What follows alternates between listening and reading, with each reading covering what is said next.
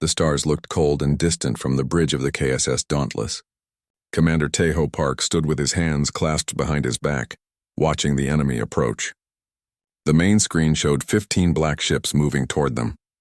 These were Vakari vessels, alien warships that had brought death to many worlds before Earth.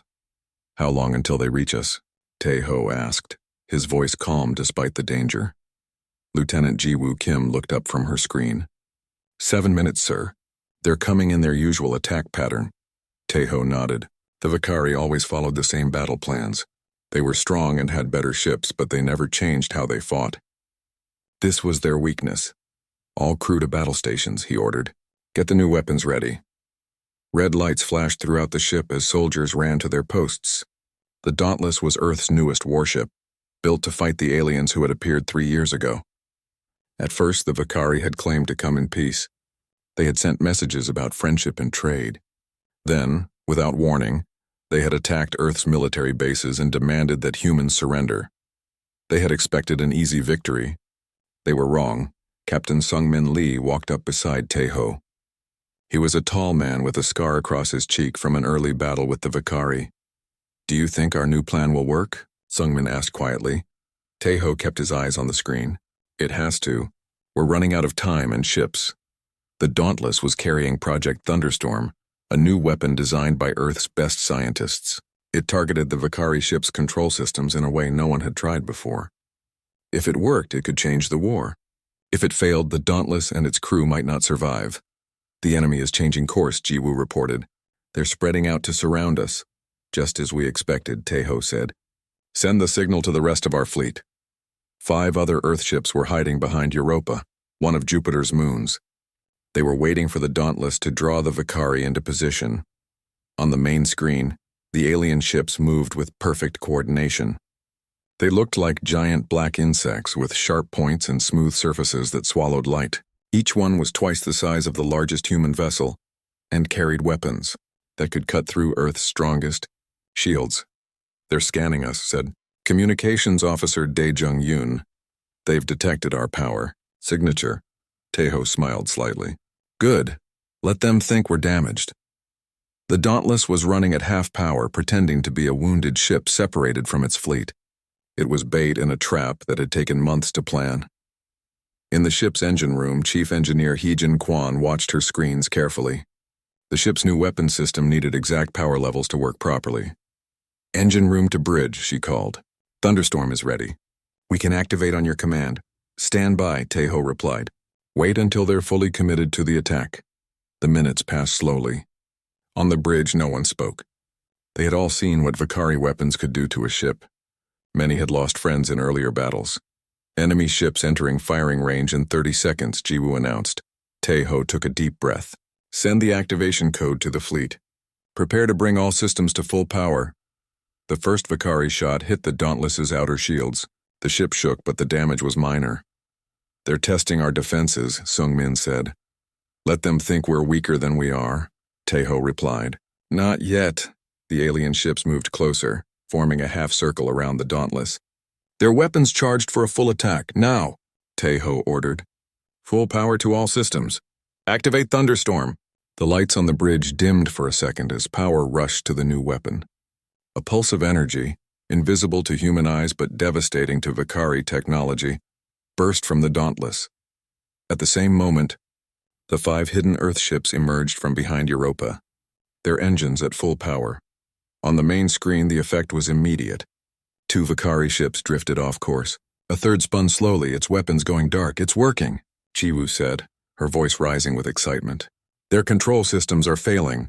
All weapons, target the ships that are still active," Tejo commanded. "Focus fire on their engines first." The Dauntless's guns opened fire. Streams of high-energy particles struck the nearest Vakari ship, burning through its outer hull. From his command chair on the Vakari flagship, Supreme Commander Vexlar watched in confusion as his fleet's formation broke apart. The humans had never shown this level of coordination before. And what was this new weapon that had disabled 3 of his ships without visible damage? "Report!" he demanded of his officers. "What is happening?" "Unknown energy pulse detected," replied his second-in-command. "It's affecting our neural network connections. Ships 4, 7, and 12 have lost central control. Vexelar's forearms tightened on the arms of his chair. The neural network was the core of Vicari technology, the system that linked their ships and weapons together. No species they had encountered had ever found a way to disrupt it. Evasive action, he ordered. Pull back and regroup, but it was too late. The human ships had surrounded them, attacking from all sides with unexpected precision. More Vicari vessels lost power as the strange energy pulse hit them. Back on the Dauntless, Tejo watched the battle unfold with careful attention. Target the flagship, he ordered. Disable its engines, but try not to destroy it. We want prisoners. The Dauntless turned toward the largest Vicari ship. Its main guns fired 3 times in quick succession, each shot hitting exactly where aimed. The alien flagship's engines flared and then went dark. Direct hit, Jiwoo reported. Their main power is failing. For the first time in 3 years of war, a Vicari fleet was in retreat. 2 ships managed to escape, jumping away to safety. The rest drifted in space, disabled or destroyed. Send boarding teams to the flagship, Tejo ordered. Full security protocols. We need to capture their commander alive. As soldiers prepared to board the alien vessel, Tejo looked at the battle display. 10 Vicari ships disabled or destroyed, with only minor damage to the Earth fleet. It was an unprecedented victory. Send a message to Earth Command, he told Daijung. Operation Thunderstorm successful. Request immediate reinforcements to secure the area. Captain Sungmin approached, his face showing both relief and disbelief. I never thought I'd see this day, he said quietly. Tejo nodded. This is just the beginning. Now we need to learn everything we can from their ships and their leaders. As the boarding teams reported successful entry to the Vicari flagship, Tejo allowed himself a moment of hope. For the first time since the war began, humanity had a real chance of survival. The aliens who had conquered 17 worlds before Earth had finally met an enemy they couldn't easily defeat. The Vicari thought they understood war. They were about to learn how wrong they were. General Hanyul Choi stood in the underground command center on the moon. Large screens covered the walls showing the battle near Jupiter. Her gray uniform was neat and pressed despite the fact that she had not slept in over 30 hours. The Vicari are sending more ships, said Colonel Eunji Kang, pointing to red dots appearing on the main screen. 20 new vessels just entered the solar system. Hanyul nodded. She had expected this. The Vicari would not accept defeat easily. How long until they reach our forces? She asked. 14 hours at their current speed, Eunji replied. They're moving faster than usual. The victory at Europa had changed everything. For 3 years, Earth had been losing the war. The Vicari had better ships, better weapons, and more resources. But now, with Commander Tejo's successful use of Project Thunderstorm, humans had their first real advantage. Send a message to Admiral Tejo, Hanyul ordered. Tell him to bring the captured Vicari flagship to the moon base. We need to study it before the enemy arrives with reinforcements. Eunji nodded and sent the message. Then she looked up at her commander. Do you think we can win this war now? Hanyul considered the question carefully. We have a chance. That's more than we had yesterday. In another part of the base, Dr. Jin Woo-yoon was studying data from the battle. As the creator of Project Thunderstorm, he had spent 2 years learning how Vicari technology worked. Now he had real evidence that his theories were correct. The pulse affected their neural networks exactly as I predicted, he told his team of scientists. Their ships lost the ability to communicate with each other. A young researcher raised her hand. But won't they adapt? The Vicari are known for their advanced technology. Jinwoo nodded. Yes, they will try to adapt. That's why we need to learn everything we can from the captured ship. We need to stay one step ahead. Back in space, the KSS Dauntless was moving away from Jupiter, towing the disabled Vicari flagship. Inside the alien vessel, human soldiers in spacesuits moved carefully through strange corridors. The ship's gravity was different from Earth's, making each step feel wrong. Commander Tejo led the main search team. They were looking for the ship's control center and any Vicari who might still be alive. Stay alert, he told his soldiers. We don't know if their weapons still work. The inside of the Vicari ship was unlike anything humans had seen before. The walls seemed to be partly alive, with patterns that shifted slowly. The air was thick and had a sweet smell that made some of the soldiers feel sick even through their suits. Life signs detected ahead, said Lieutenant Jiwoo, checking her scanner. Multiple Vicari in what appears to be the main control room. Tejo signaled his team to move forward carefully. They had trained for this moment, but no one had ever captured a Vakari ship before. No one knew exactly what to expect. The door to the control room was sealed. 2 soldiers placed small devices on it that would cut through the alien metal. "Ready on your command, sir," one said. Tejo nodded. "Do it." The devices activated, cutting a human-sized hole in the door. As soon as the opening was complete, Tejo's team moved in, weapons ready. Inside, 7 Vakari stood around a central platform. They were tall beings with 4 arms and hard shell-like skin that ranged from dark blue to purple. Their heads had no visible ears but large compound eyes that reflected the room in hundreds of tiny images. One Vakari stepped forward. It wore markings that the humans had learned to recognize as signs of high rank. "I am Supreme Commander Vexlar of the Vakari Collective," it said through a translation device. "You have violated the laws of war by boarding our vessel." Tejo kept his weapon pointed at the alien. "Your people violated the laws of war when you attacked Earth without proper declaration. You are now prisoners under Earth military authority." The Vakari commander's 4 hands made quick gestures that the translation device didn't catch. The other alien stepped back. "We underestimated your species," Vexlar said. "This is a rare error for the collective. An error that will cost you this war," Tejo replied. "Now order your crew to cooperate, or we will be forced to use more aggressive methods." While this confrontation happened, Captain Sungmin led another team to the ship's engine room. They needed to understand how Vakari ships moved through space at speeds that human vessels couldn't match. "Be careful not to touch anything without scanning it first," Sungmin told his engineers. Their technology could be booby-trapped. The engine room was a vast chamber filled with crystal-like structures that pulsed with blue light. Chief Engineer Hyejin moved from one station to another, taking readings with her equipment. "This is amazing," she said. "Their power source is like nothing we've seen before. It's some kind of controlled reaction that doesn't match any process we know." Sungmin looked at the strange engine with both wonder and concern. "Can we learn to use it?" "With time, maybe," Hyejin replied. "But we'll need to bring in more specialists." Time was something they didn't have much of. With 20 more Vakari ships approaching, Earth's forces needed every advantage they could get. Back on the moon base, General Hanul received reports from both teams on the Vakari flagship. The news was better than she had hoped. "They've captured the Vakari commander alive," she told Colonel Yunji, "and our engineers are already learning about their propulsion systems." "What about their weapons?" Yunji asked, still being studied, but Dr. Jinwoo thinks he can adapt Project Thunderstorm to work at a longer range. "If he's right, we might be able to disable the incoming fleet before they can attack." For the first time in years, Hanul allowed herself to feel real hope. The Vakari had conquered 17 worlds before reaching Earth. On each planet, the local species had fought bravely but lost quickly. None had managed to capture a Vakari ship or commander. "Prepare a secure holding area for the Vakari prisoners," she ordered.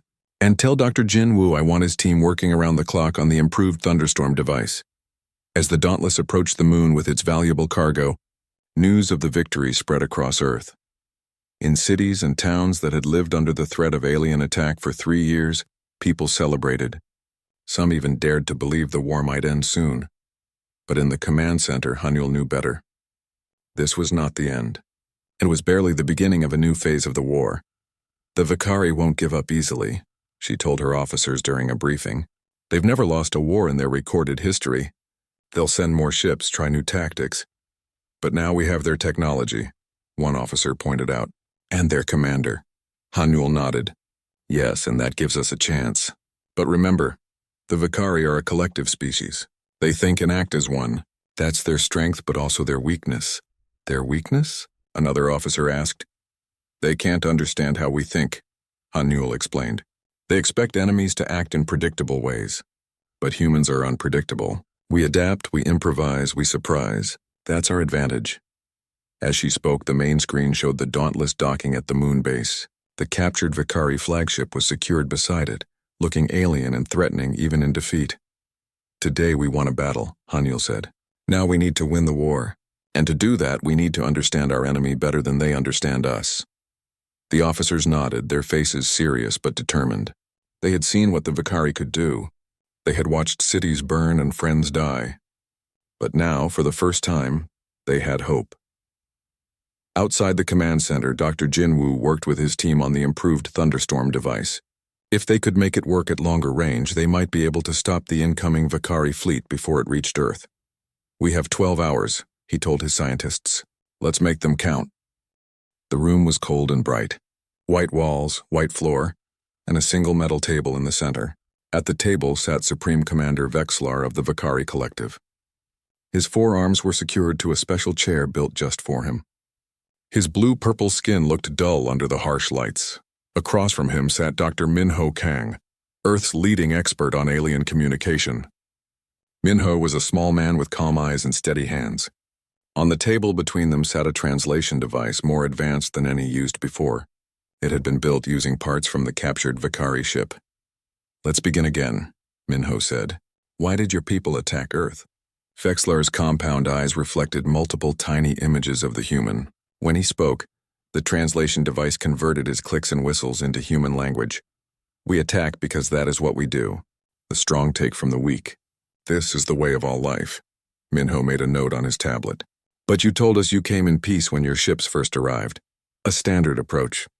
Most species surrender when they see our true power. It saves resources." Behind a one-way window, Colonel Yoonji Kang watched the interrogation with General Hanul Choi. They had been at this for 3 days, trying to understand the Vakari mind. "He shows no remorse," Yoonji said. "No concern for the millions who died in their attacks," Hanul nodded. "The Vakari don't think like us. Their whole society is built around conquest. They've been doing this for thousands of years." In the interrogation room, Minho tried a new approach.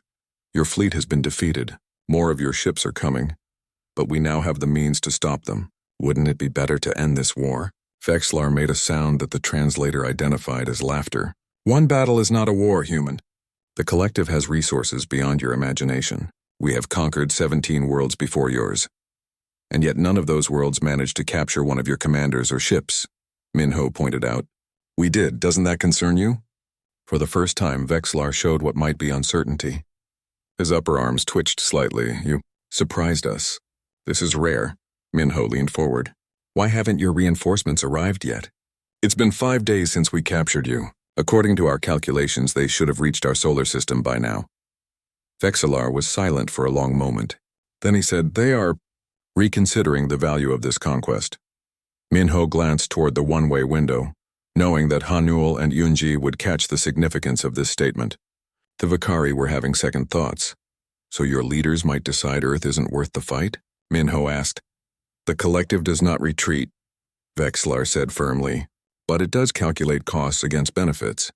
Your species has proven more difficult than expected." Behind the window, Hanul turned to Unji. "This confirms what our long-range sensors detected. The Vakari reinforcements have stopped at the edge of our solar system. They're waiting for something. Orders from their homeworld, maybe," Unji suggested, "possibly. Are they developing new weapons to counter our thunderstorm technology?" Hanul looked back at the alien commander. "Either way, this gives us time we didn't expect to have." In another part of the moon base, Dr. Jin Woo Yoon was working with a team of engineers to study the Vakari ship's control systems. They had made an important discovery. The entire ship is connected through a neural network similar to a brain, Jinwoo explained to Captain Sungmin Lee. "Each part communicates with every other part constantly." "Like our internet?" Sungmin asked. "Much more advanced. It's almost alive in some ways. And here's the interesting part. It's designed to connect with the Vakari themselves. They don't just pilot their ships. They become part of them."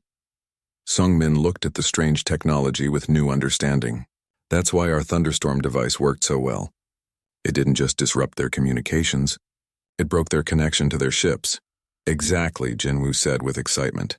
"And now that we understand this, we can make our device even more effective." Back in the interrogation room, Minho continued his questions. "Tell me about the Vakari Collective. How is it organized?" Vexlar seemed to consider whether to answer. Finally he said, "We are one mind with many bodies. Each Vakari is connected to all others through the Great Link. We share thoughts, memories, purposes." "Like a hive mind?" Minho asked. "Your term is inadequate, but close enough. We are born knowing our place and purpose. There is no confusion, no conflict among us." Minho thought about this. "So you've never known war among your own kind?" Internal conflict is inefficient. The collective speaks with one voice. Then you've only fought against other species, never against yourselves. Vexlar made a gesture of agreement. This is correct, Minho smiled slightly. That explains a lot. Later, in General Hanul's office, Minho, Yunji, and Jinwoo gathered to share what they had learned. The Vikari have never experienced civil war, Minho explained. They've never fought against opponents who think like they do. All their military tactics are designed to overwhelm species with different biology and technology. Hanul nodded slowly. So they don't know how to adapt when their standard approach fails. Exactly, Jinwoo said. Their neural network is incredibly advanced, but it's rigid. It can't handle unexpected situations well. Which is why they're hesitating now, Yunji added. We didn't behave the way their previous conquests did. We surprised them and they don't know how to respond. Hanul stood and walked to the window that overlooked the lunar landscape. Earth hung in the black sky, blue and white and beautiful. So we have an advantage they don't understand, she said. Humans have been fighting each other for thousands of years.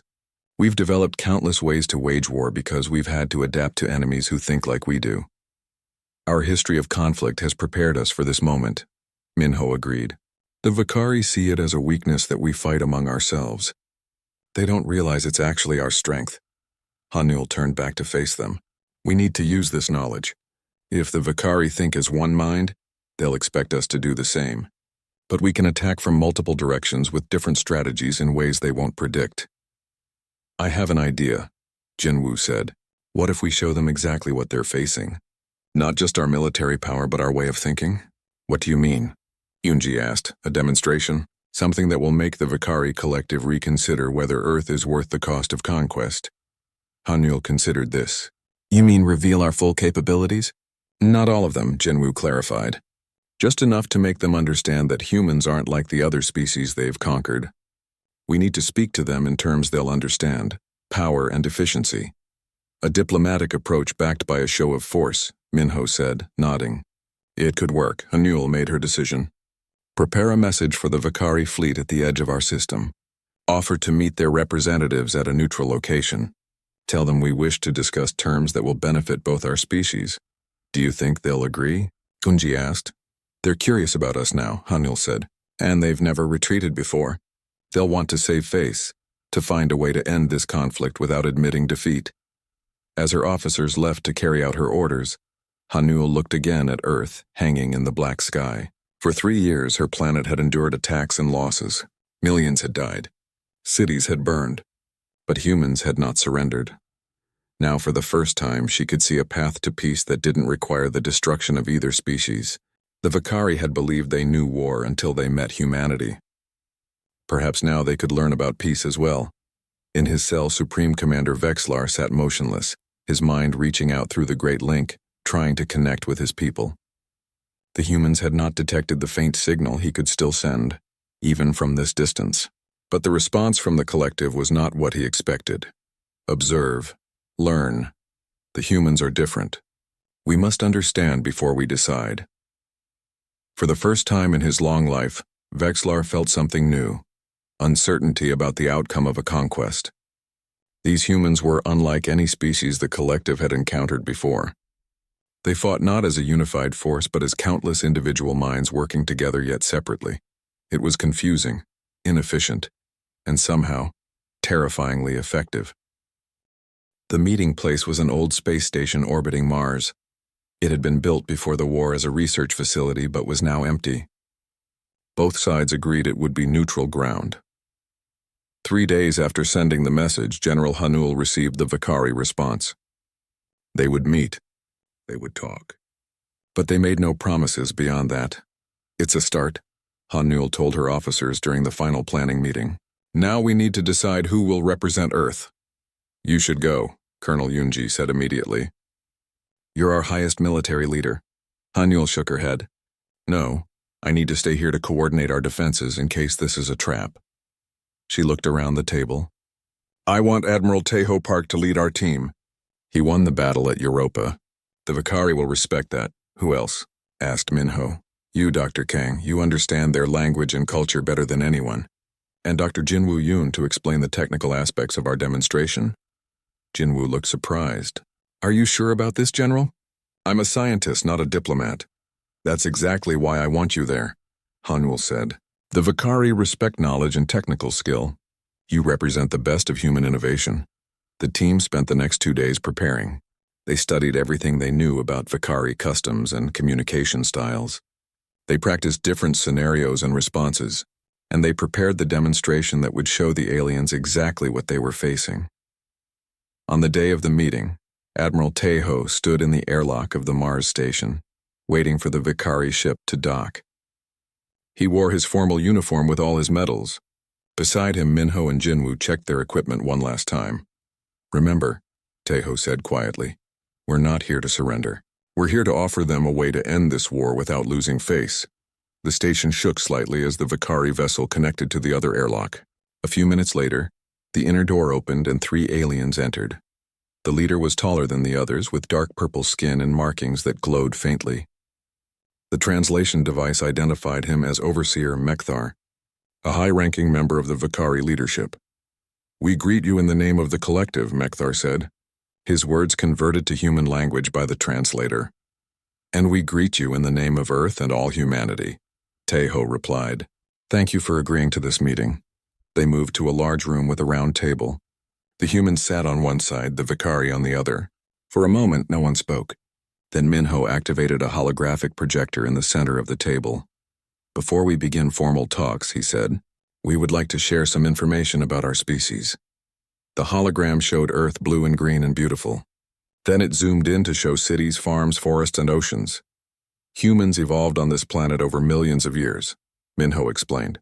We developed in different regions with different languages, cultures, and beliefs. The image changed to show people from around the world, all different but all human.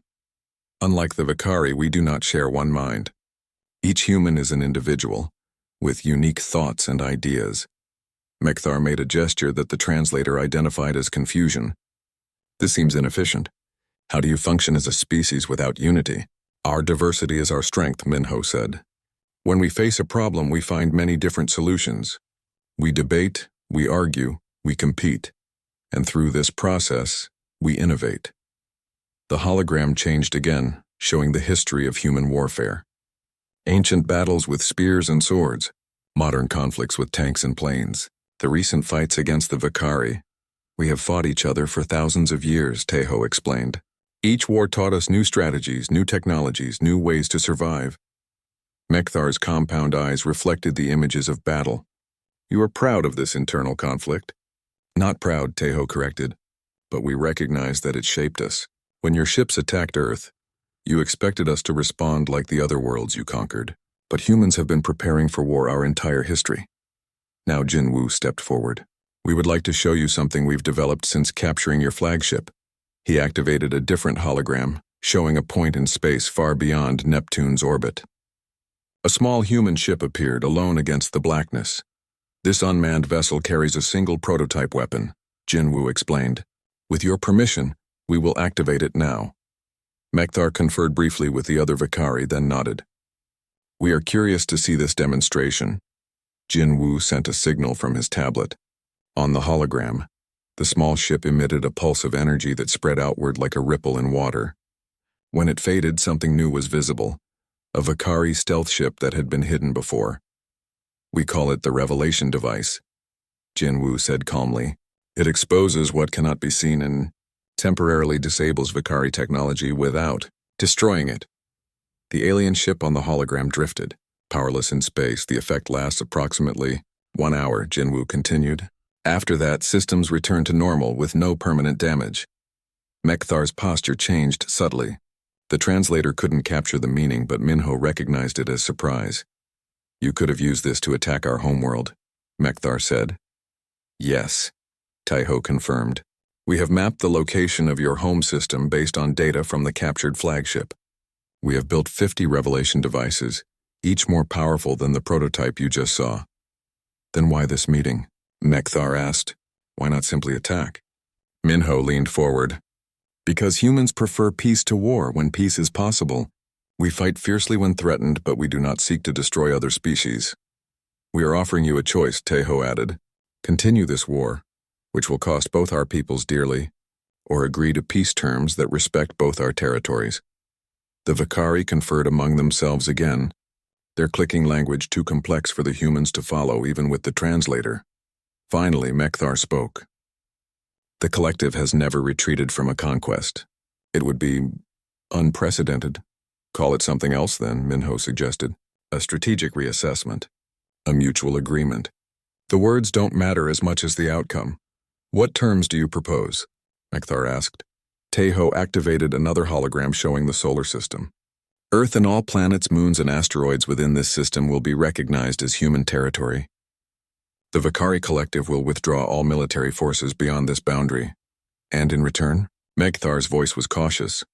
We will share certain technologies with you, not weapons, but advances in medicine, agriculture, and energy production that might benefit your people.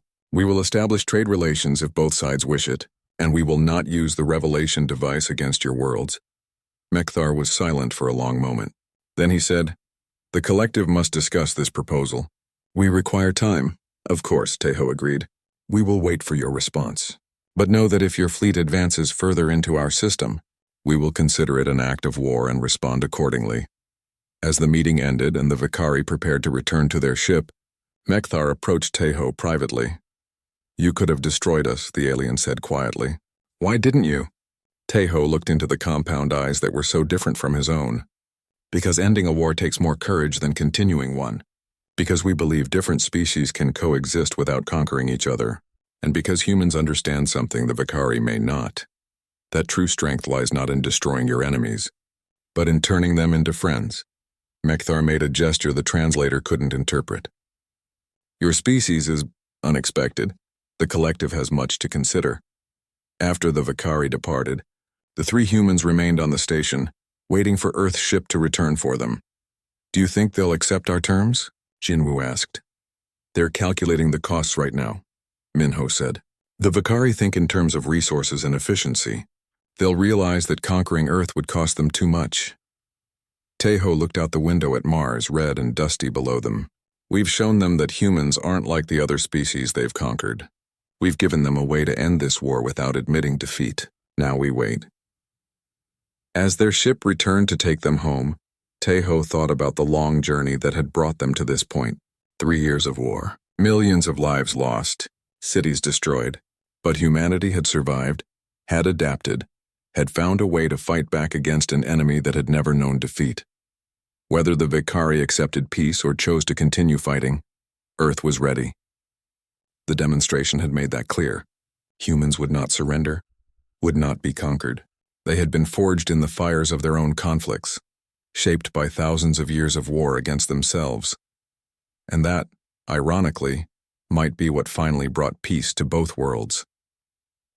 1 year had passed since the Mars meeting. Admiral Teho Park stood on the observation deck of Harmony Station, a new space platform orbiting Earth. Through the large window, he could see his home planet spinning slowly below, blue oceans and white clouds looking peaceful from this distance. Beside him stood Overseer Mekthar of the Vakari Collective. The alien was watching Earth with what Teho had learned to recognize as deep interest. Your world has so much water, Mekthar said. So many different lands and climates. It is very different from our homeworld. What is your planet like? Teho asked. This was the first time a Vakari had spoken about their home. Dry, rocky. Most of our cities are underground where it is cooler. We have small oceans, but they are deep rather than wide. Teho nodded.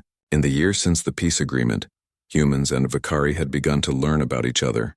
It was a slow process filled with misunderstandings and careful corrections, but it was working. Is that why your people sought other worlds? He asked. Because your own planet had limited resources? Mekthar's four hands made a gesture that meant something like, partly true. Resources, yes. Living space, security, the usual reasons for expansion. The alien turned his compound eyes toward Teho, but mostly because we never met a species that could stop us. Until now, Teho said quietly. Until now. Mekthar agreed. Dr. Jinwoo Yoon entered the observation deck, carrying several data tablets. He had been working closely with Vakari scientists to understand their technology better. The cultural exchange program is going well, Jinwoo reported. Over 5,000 Vakari have applied to study human history and art. And nearly twice that many humans want to learn about Vakari biology and engineering, Teho added. It seems we have much to teach each other.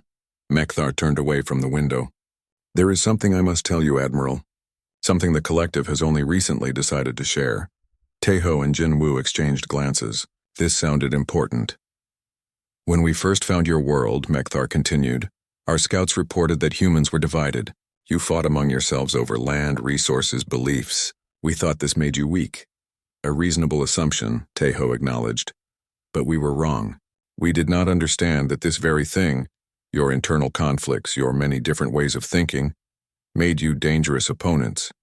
You have fought yourselves for thousands of years. You know war in ways we never could. Jinwoo nodded slowly. There's an old human saying, the most dangerous enemy is one with nothing left to lose.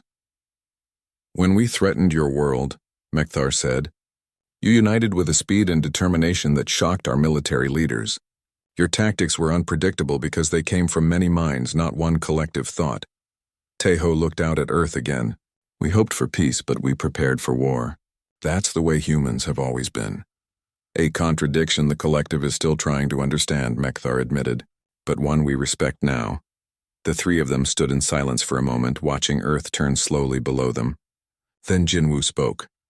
The joint research project is making good progress.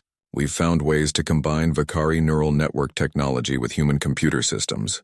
The medical applications alone could save millions of lives on both our worlds. The collective is pleased with this cooperation, Mekthar said. It is new for us to work with another species as equals, but we are learning.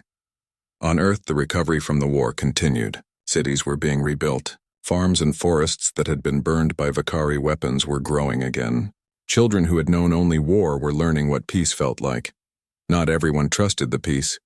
Some humans wanted revenge for those who had died. Some Vakari believed working with humans was beneath them. But the leaders of both species were committed to making the agreement work. In her office at Earth Defense Headquarters, General Hanul Choi reviewed the latest reports from Harmony Station. The joint human-Vakari projects were proceeding well.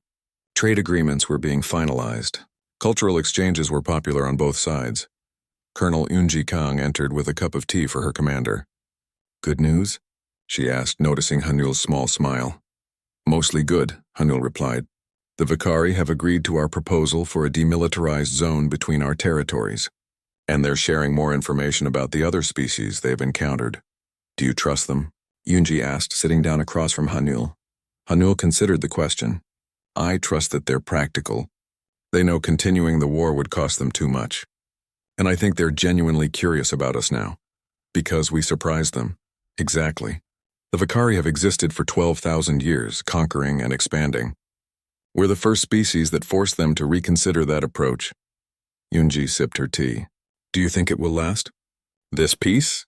I hope so, Hanul said. But we're maintaining our defenses just in case. Trust but verify, as the old saying goes. Back on Harmony Station, Teho was showing Mekthar the new Joint Command Center. Here, humans and Vakari would work together to monitor space around both their territories, watching for natural dangers like asteroids as well as potential threats from other species. Have you encountered many other intelligent species in your explorations? Teho asked. 17 that we conquered, Mekthar replied, and perhaps a dozen more that we traded with but did not try to conquer because they had nothing we needed. And none of them fought back the way we did? Mekthar's upper arms made a negative gesture. None.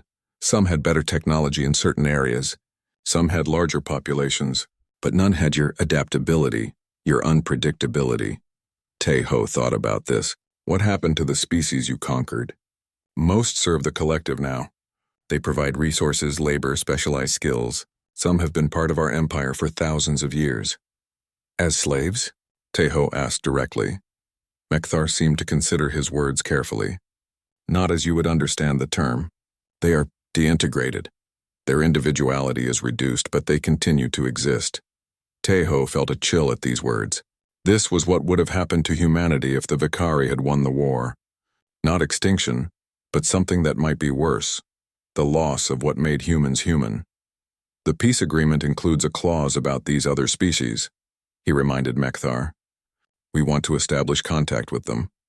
The collective has agreed to this, Mekthar said, though we do not understand your interest in them. We want to learn from them, and perhaps help them if they wish it. Mekthar's compound eyes studied Teho. You would help species you have never met, why?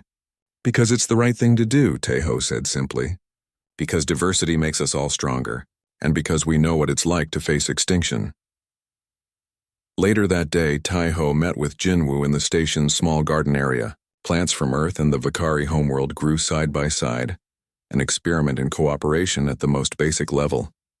Do you think we can really trust them? Jinwoo asked quietly, making sure no Vakari were nearby. I think we can trust their self-interest, Teho replied. They've calculated that peace with us is more beneficial than war, and I think some of them, like Mekthar, are genuinely curious about us. But their history is one of conquest, yes, but so is much of human history. We've changed and grown. Perhaps they can too. Jinwoo touched a small blue flower from the Vakari world. It closed its petals at his touch, then slowly opened again. They see the universe so differently than we do, he said. To them, everything is resources and efficiency. They don't understand art or music or why humans would risk their lives for an idea. Then we'll teach them, Teho said, and they'll teach us about their neural networks and collective thinking. Both our species will be stronger for it. As the station continued its orbit around Earth, Teho thought about how close they had come to destruction. The war had cost millions of lives. Cities had burned. Species had nearly been lost. But in the end, what had saved humanity wasn't just their weapons or technology. It was their history of conflict, their diversity of thought, their ability to adapt and innovate in ways the Vakari couldn't predict. The aliens had believed they knew war, until they met humans. Now both species were learning about peace, one careful step at a time. Outside the station's windows, Earth continued its eternal dance around the sun. Blue oceans, white clouds, green and brown land, home to billions of individual minds, each unique, each valuable. Each part of the complex, contradictory, wonderful species called humanity. A species that had faced extinction and survived. A species that had looked into the abyss of interstellar war and found a way to make peace instead. A species that would go to the stars not as conquerors like the Vakari, but as explorers and learners, and perhaps as teachers. The future was uncertain, as it always had been, but for the first time in years it was also full of hope.